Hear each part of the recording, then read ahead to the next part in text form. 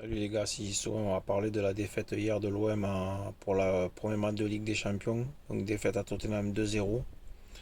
Une défaite avec beaucoup de regrets, hein. Franchement, on ne peut pas trop en vouloir à nos joueurs, hein, qui ont fait le match qu'il fallait faire, hein. Surtout en première mi-temps où on n'a pas été mis en danger par cette équipe de Tottenham à part une frappe d'Harry Kane. Et l'expulsion d'Mbamba en tout début de deuxième mi-temps, pardon, a fait la différence pour Tottenham, hein. Donc, euh, donc très déçu, hein. C'est dommage que Mbamba prenne ce rouge. Bon, après, le rouge, il est mérité, rien à dire. Tacle par derrière, le rouge, il y est, il faut être honnête, il y est. Malgré ça, à 10 contre 11, on ne se démobilise pas. Et même si Tottenham frappe de plus en plus au but, on voit quand même une occasion énorme pour Aminari d'ouvrir le score. Et ça, c'est malheureux, hein. Il n'a pas le droit de manquer ça. Minarita, à 2 mètres d'écart, il manque une occasion facile. Il n'a plus qu'à la pousser au fond des filets. Et malheureusement, il manque une occasion d'ouvrir le score. Et peut-être que ça aurait changé la donne du match.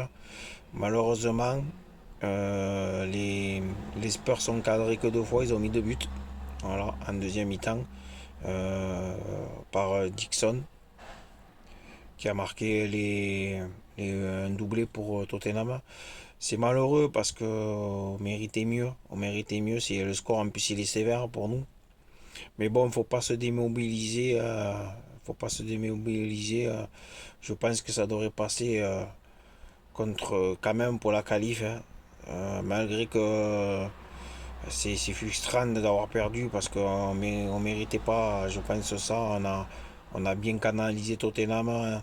On les a bien bousculés avec 63% de possession de balle en première mi-temps. Donc en première mi-temps, ils n'ont pas vu le jour, hein. Notamment les milieux de terrain, Rongier et Verretou, qui ont fait un énorme match, hein.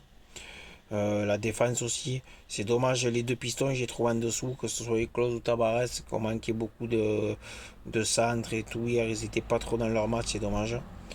En deuxième mi-temps, on était quand même, et ça c'est pas des conneries, les gars, on était quand même à 50% de possession de balle. Ça veut dire que malgré le fait de jouer à 10, on n'était pas on avait autant le ballon qu'eux, quoi.